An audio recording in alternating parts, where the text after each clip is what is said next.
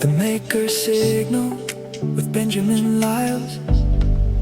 Hey everybody, welcome back to the Maker Signal. I'm Benjamin Lyles. A few episodes I asked, what kind of creator are you? And I had fun with that one. We talked about starters and builders and perfectionists and experimenters and all these different ways creative people tend to work. But lately I've been thinking about a bigger question. Not what kind of creator are you, but what type of person are you? Because not everybody considers themselves creative. Not everybody wants to write a song. Not everybody wants to write a book. Not everybody wants to make videos or build software or sit behind a microphone talking to people like me. And thank God for that, because if everybody were exactly like me, we would have a lot of unfinished projects, probably several new songs, and somebody would eventually have to come in and organize the place. So today I want to talk about something pretty simple: the different ways people contribute, and why I think there is something worth celebrating about the person God made you to be. For me, one of the easiest words is creative. I'm a creator. That's naturally where my brain goes. Give me an idea and I start wondering what else I can do with it. Can I turn it into a song, a story, a program, an episode? Can I build something out of this? Sometimes I probably need somebody to take the idea away from me, kind of like a toy. But that creative instinct is part of me. And for a long time, I think I assumed everybody's brain worked somewhat like that. It doesn't at all. And I've actually come to appreciate that more as I've gotten older. You can put two people in exactly the same situation and they notice completely different things. I might notice an idea. Somebody else notices the person in the room who hasn't said anything. Somebody notices that the plan doesn't make sense. Somebody notices what needs fixing. Somebody notices that everybody is hungry. And frankly, that person may be the most important and one there. Different people naturally pay attention to different things, and I think that's pretty amazing. Maybe you're somebody who builds, and I don't necessarily mean with your hands, although you might. Maybe you build systems, businesses, teams, homes, communities. You like taking something that doesn't exist and creating structure around it. You see pieces and immediately start figuring out how they fit together. Those people matter because ideas are wonderful, but eventually somebody has to figure out how the thing actually works. Maybe your first instinct is people. You notice when somebody is hurting. You remember what somebody told you 3 weeks ago. You check in, you take care of people, you make sure everybody is okay. And here's the thing: that kind of contribution doesn't always get applause. There's often no audience for it. Nobody gives you an award because you notice someone needed help, but that doesn't make it small. Some of the most important things people do are things almost nobody sees. This also fits me here in a moment. Some people have this ability to make other people believe they can keep going. That's a gift. And I think sometimes encouragers underestimate themselves because it feels natural. They think, well, I just said something. Yeah. But maybe you said exactly the things somebody needed that day. Maybe you were the reason somebody didn't quit. You may never know. That's one of the strange things about encouraging people. You don't always get to see where the words go. Then there are people who hear a problem and immediately go, okay, how do we fix it? I understand these people, especially the technical version. There's a problem? Fine. Let's take it apart. What's actually happening? What caused it? What are our options? And sometimes that's exactly what everybody needs. Of course, sometimes a person doesn't want you to fix the problem. They just want you to listen. This is information that problem solvers occasionally have to learn the hard way. Sometimes the correct tool is apparently ears. We've got two of them. One of these. Listen more, say less. Who knew? And speaking of that, maybe you're a listener. You make people feel heard. You don't necessarily need to dominate the conversation. You give people room. That's incredibly valuable. We're surrounded by people trying to be heard. Those aren't nearly as many people actually listening. And if that's something you naturally do well, don't dismiss it because it isn't flashy. Maybe you love helping somebody understand something. You can take an idea that seems complicated and explain it in a way that suddenly clicks. That might happen in a classroom. It might happen at work. It might happen around a kitchen table. Teaching isn't only a job title. Some people naturally teach wherever they go. Maybe people tend to look to you when nobody knows what to do. You can make a decision, create direction, bring people together, take responsibility. Good leadership isn't just about being the person with the loudest voice. Sometimes it's about being willing to take responsibility when everybody else is waiting. And if leadership is one of your strengths, use it carefully, because influence is a gift, but it's also a responsibility. Of course, none of us fit into one clean category. We've talked about that before. It can be creative and a problem solver. Somebody can be a caregiver and a leader.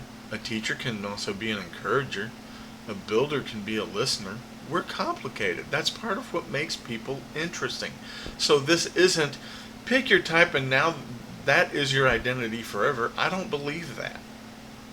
It's more about asking, what tends to come naturally to me?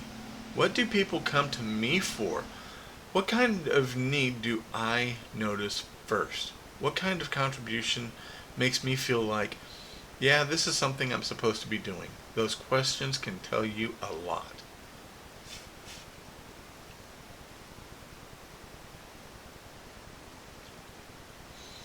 And here's where I think we get ourselves into trouble. We start comparing. The quiet person wishes they could command a room. The person leading wishes they could disappear for 5 minutes. The creative person wishes they were more organized. I know I do at times. The organized person wishes ideas came more easily. Hey, I get that, and I sympathize with that person. Really, I do.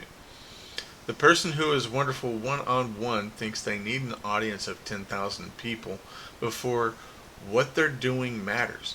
Why? Why do we do that to ourselves? It's okay to admire someone else's ability.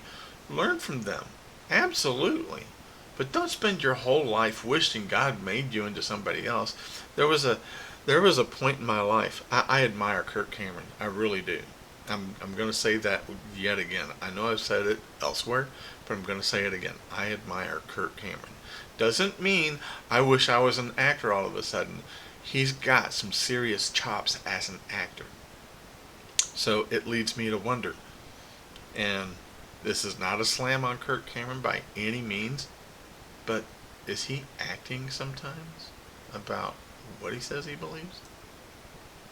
Again, it's not a dig. It's not personal. I admire the guy. He has a way with talking, with making you feel heard. And I'm saying this because I remember seeing episodes where he was on Way of the Master with Ray Comfort. And half the time Ray would be talking about something silly, and Kirk Cameron would just be sitting off to the side and just laughing because he's thinking to himself, Ray, that doesn't sound right. Yes, it's funny, but it doesn't sound right. But that begs that question again. Are you acting or are you genuine? Again, it's not a dig, Kirk. If you end up watching this particular episode, it is not a dig.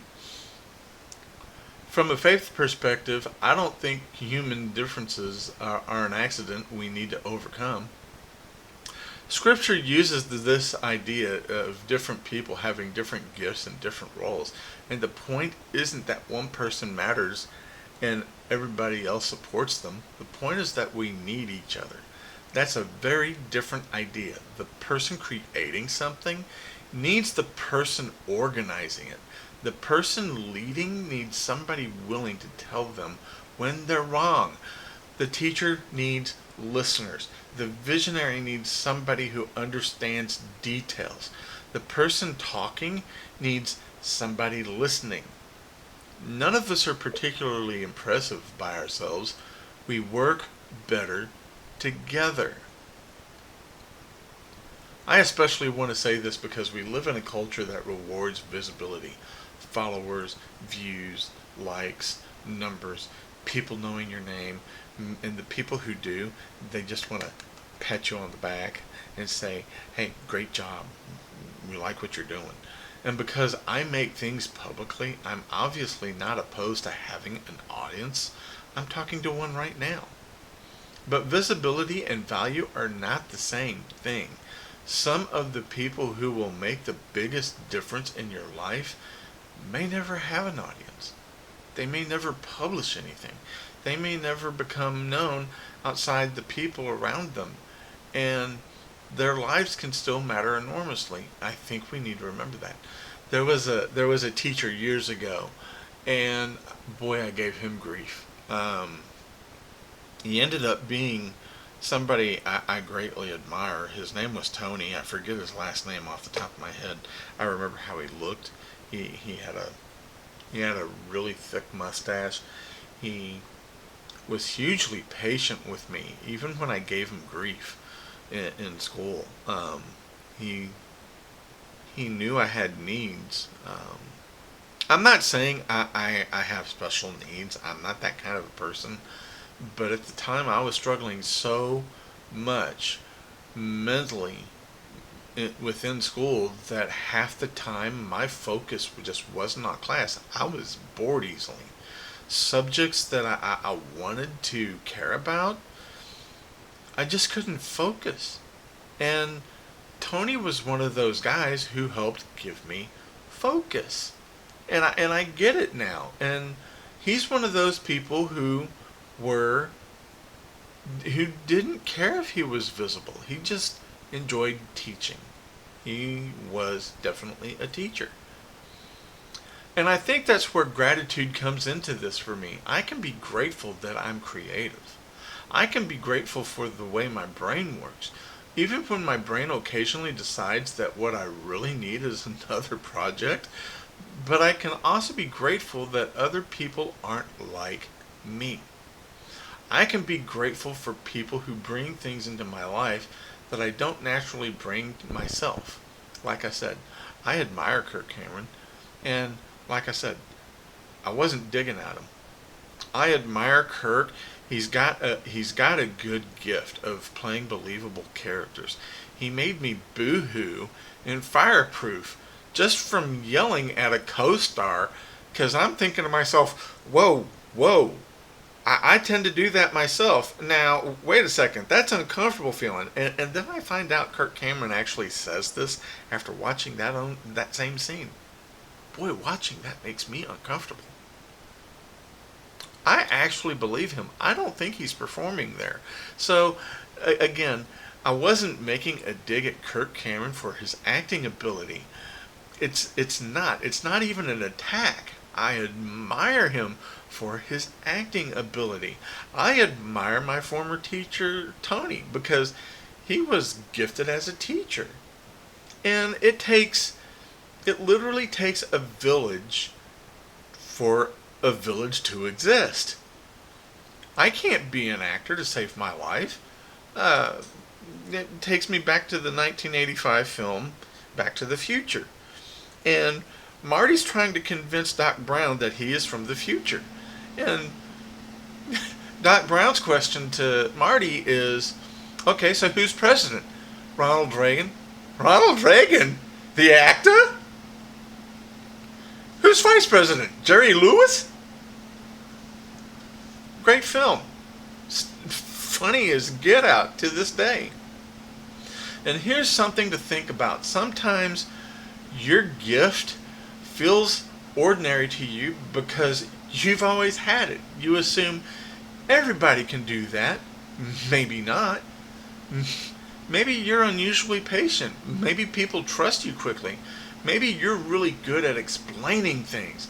Maybe you stay calm when everybody else panics. Maybe you remember details. Maybe you're good with children. Maybe you're good with numbers. I know I am. Maybe you can walk into chaos and somehow create order. Give me a second.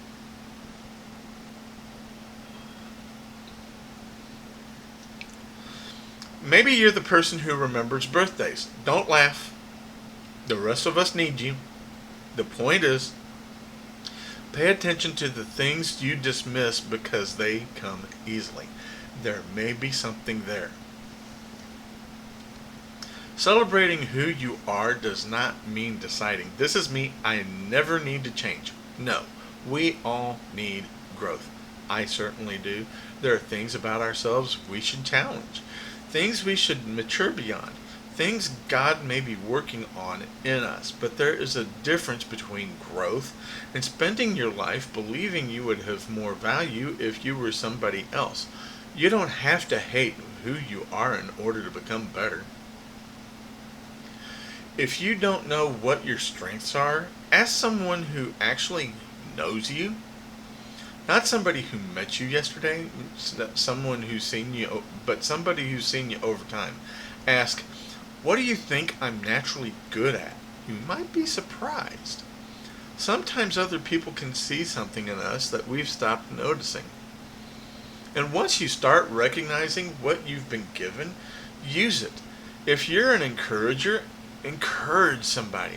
If you're a builder, build something worthwhile. If you're a teacher, teach. If you're a listener, listen. If you're a leader, lead well. If you're creative, create. Hello. Don't spend all your energy admiring gifts you're not using. Use yours. It's kind of like I've had the equipment here that I've been using for music production. What other use could I use it for? Podcast, maybe? It fits. So, what type of person are you? Not what title do you have. Not what do you do for work. Not how many people know your name. Who are you naturally? What do you bring into a room? What do people rely on you for? What has God put in you that you may have been overlooking because it feels ordinary? Be grateful for that person. Take care of that person. Grow that person. And don't be afraid to celebrate the person you're becoming. Because the world doesn't need you to become a copy of someone else. It needs you to faithfully use what you've actually been given. I'm Benjamin Lyles. This is the Maker's Signal. Faith, creativity, technology, making what matters. Thanks for spending some time with me, and I'll see you in the